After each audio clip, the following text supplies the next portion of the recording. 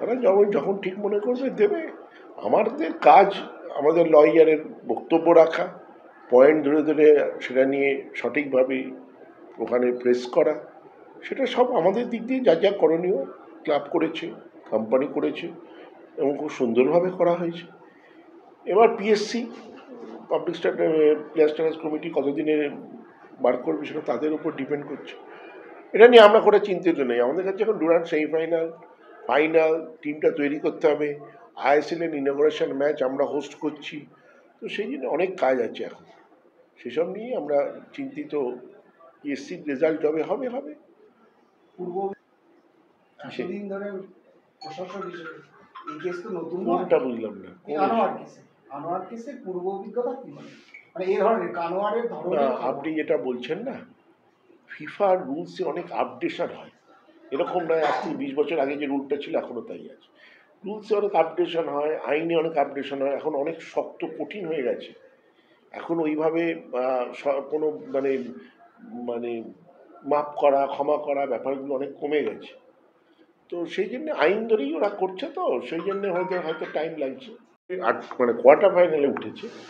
আমি মনে করি 8টা দলই, কেন এই এখনও সবে প্লেয়ারগুলো সবে প্র্যাকটিসে নেমেছে। এটা যদি আজ থেকে 3 মাস পরে হতো অন্য ধরনের খেলা হতো। তো এখন সবারই কাছে এটা প্রিপারেটরি টুর্নামেন্ট।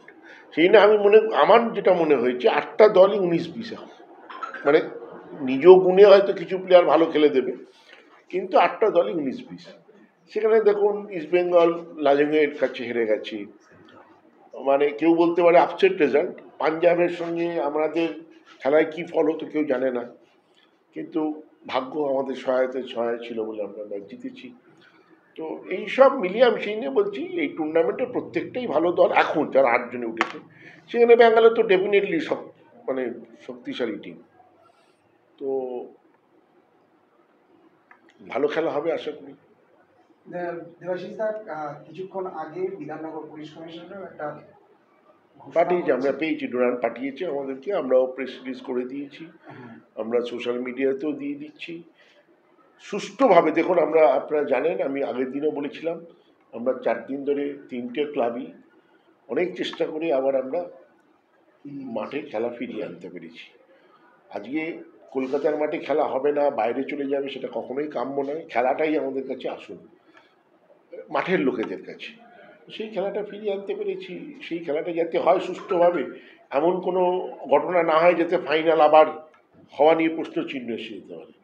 তো সেই জন্য আমি মনমান সমর্থকদের কাছে অনুরোধ, আপনাদের মাধ্যমে অনুরোধ, যে আপনার পাশের লোকটি যদি কোনো গণ্ডগোল পাকানোর চেষ্টা করছে দেখেন, তাকে আপনারা বিরত করবেন। খেলার মাঠে খেলার যে সমর্থক, ফুটবলের সমর্থকের মতোই বিহেভ করুন।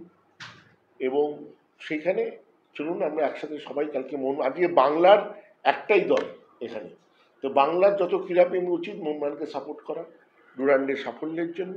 সেটাই আমি অনুরোধ করব, যাতে ভালো করে টিম খেলে এবং তার পেছনে সমর্থক। আমি কালকেই একটা সুনীল ছেত্রীর একটা বক্তব্য পড়ছিলাম, বলেছে আমরা সমর্থকদের বেশি ভয় পাচ্ছি। তো সেই জন্যে মোহনবাগান সমর্থকরাই মোহনবাগানের প্রধান শক্তি। এনে এমনভাবে আমরা আমাদের করব, আমরা টিমটাকে সমর্থন করব। কোনোরকম গণ্ডগোল যাতে না হয় তার দিকেও আমাদের সমর্থকদেরই নজর রাখতে হবে।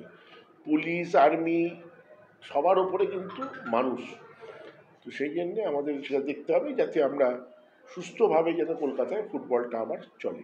আরো একটা প্রশ্ন, রেফারিং কিন্তু বারে বারে আমরা এর আগেও ম্যাচেও দেখেছিলাম, তো প্রথমে পেনাল্টি পাওয়া মানে সেমিফাইনাল ম্যাচ, সেক্ষেত্রে খুবই ভাইটাল ম্যাচ কি, সেক্ষেত্রে একটা মানে ভাইটাল ইস্যু হতে পারে রেফারিং? ভারতবর্ষের ফুটবলে রেফারিং নিয়ে সন্তুষ্ট আমার জানা নেই লাস্ট কবে কে হয়েছে। এটা অনেক দিন ধরে চলছে, তার মধ্যে থেকেই আমাদের খেলতে হবে। মোহনবাগান সমর্থকেরা এবার মৌসুমের শুরু থেকেই প্রবল আশান্বিত ছিল যে বিশ্বকাপের জেমি ম্যাকলারেন এসে দর্শনীয় ফুটবল দেখাবেন, কিন্তু ডুরান্ডের সেমিফাইনালেও তার খেলার সম্ভাবনা নেই। তো কবে জেমি মাঠে নামতে? ওরা তো নামতে এত ছটফট করার কিছু নেই। আমাদের টিম ভালো টিম, একটা প্লেয়ারের না খেললে টিমটা ভেঙে পড়বে এরকম নয়। আমাদের অনেক প্লেয়ার আছে রিপ্লেসমেন্ট।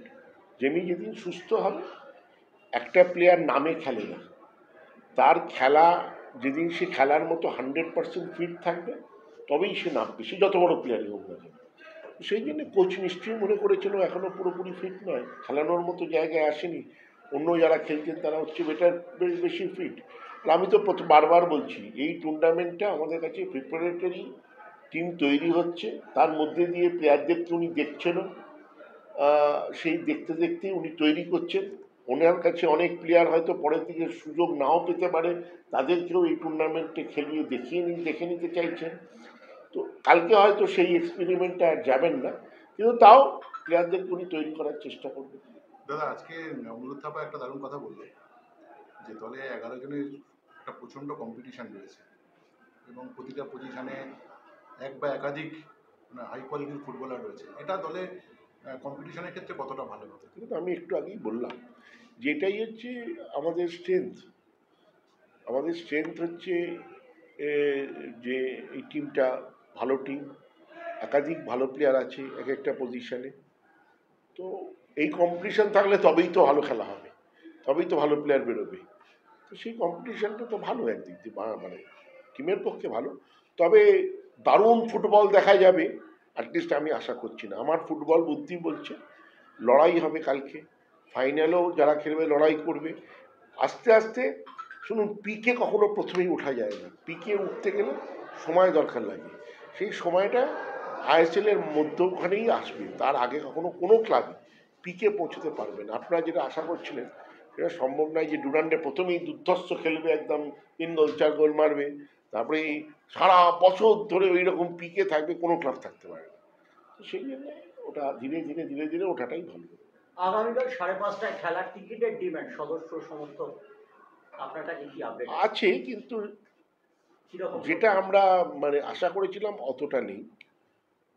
হয়তো অনেক পরিবেশ পরিস্থিতি বিচার করেই একটু কম আছে, তাও আছে, সদস্য সমর্থকরা যাবে। তবে আপনি যেরকম বলছেন ভেঙে পড়ছিল, সেরকম সেই অবস্থায় এখন নেই। 50% আপনি একটু আগে বলেছেন 50% ক্রাউড আমরা আশা করি। কিন্তু আমি গুনে লোক বলতে পারবো না। আপনি একটু আগে বলছিলেন যে বাংলা থেকে একমাত্র একটাই দল রয়েছে এবং কয়েকদিন আগে আমরা দেখেছি যে আরজি করের এরকম ভিন্ন ঘটনার পর দু দলের সমর্থকেরা জোটবদ্ধ হয়ে প্রতিবাদ করেছে। এই জায়গায় দাঁড়িয়ে কালকে বাংলার এই একমাত্র দলের জন্য আপনি কি ইস্ট বেঙ্গল সমর্থকদেরও আহ্বান করবেন যারা মাঠে এসে বাংলার প্রতিনিধি মোহনবাগানের জন্য গলা ফাটাবে? কোন সমর্থক এলো না সেটা নিয়ে আমরা করে চিন্তিত নেই। আমাদের মনমান সমর্থকরা কাফি আমাদের টিমের জন্য, তারা মাঠে এলেই যথেষ্ট। অন্য ক্লাবের সমর্থক যদি না এলো ভালো খেলা দেখতে, অন্য ক্লাব ভালো খেলছে খেলা দেখতে আসতেই পারে যদি তারা ভালো ফুটবল প্রেমী হয়, কিন্তু সমর্থনের জন্য আমাদের সমর্থকরা অনেক। অন্য ক্লাবের সমর্থন আমাদের কোনো দরকার নেই, মনমান সমর্থকরা সবার থেকে অনেক এগিয়ে আছে। আমরা টিকিট কাউন্টারে